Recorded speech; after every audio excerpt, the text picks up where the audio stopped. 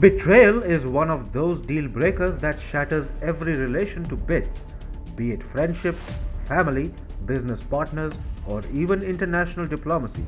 Betrayal is a deal breaker. The ones who betray lose appeal. No one will ever trust them, and no one will ever try to win their trust or respect. You deal with an incorrigible liar, you get your hands burnt badly. And this is exactly what the United States has become under Joe Biden, a backstabbing liar. Hi and welcome to TFI Global, the foreign affairs and geopolitical analysis arm of the TFI Media Group. I am your host Sanbir Ranhotra, and in this video I will tell you how Biden betrayed Taiwan. Let's begin. The Biden administration's policy of strategic ambiguity is hurting its own allies and compromising trust in US support in an event of a Chinese attack on Taiwan. While Joe Biden, under the pressure of regional allies like Japan, has come out in support of Taiwan and made some powerful statements, it was eventually clarified by officials that Joe Biden meant maintenance of status quo. Now, on the margins of the G20 summit on Sunday, US Secretary of State Antony Blinken and Chinese Foreign Minister Wang Yi met to discuss issues of concern. As per reports, both exchanged warnings against acts that could exacerbate tensions across the Taiwan Strait. However, in the same breath, Blinken said that Washington opposes any unilateral changes by Beijing to the status quo around Taiwan.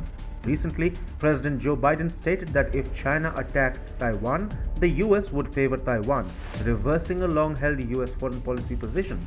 However, continuing with the meek policy, a White House spokesman later assured US media outlets that his comments did not signal a policy shift.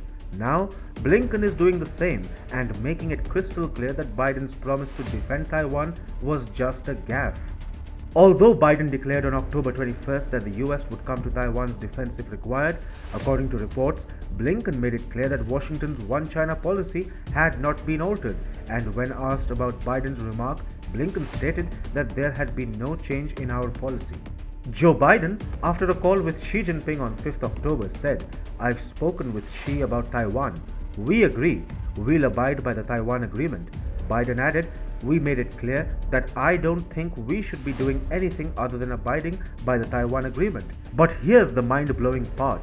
There is no Taiwan agreement between the United States of America and China. It is simply a figment of Biden's old imagination. Biden appeared to be referring to Washington's long-standing policy under which it officially recognizes Beijing rather than Taipei and the Taiwan Relations Act. But then there's a big and well-known catch here. China claims Taiwan as an estranged province of itself, which will be reunited with the mainland by force if necessary.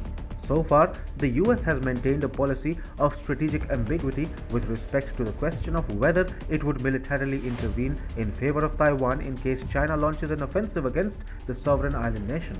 Well, Biden has become the first American president to toss that ambiguity out of the park.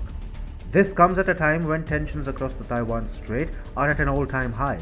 Taiwan's Air Force scrambled jets on Sunday to warn off at least 8 Chinese aircraft, including fighter jets that had entered its air defense zone, according to the country's defense ministry.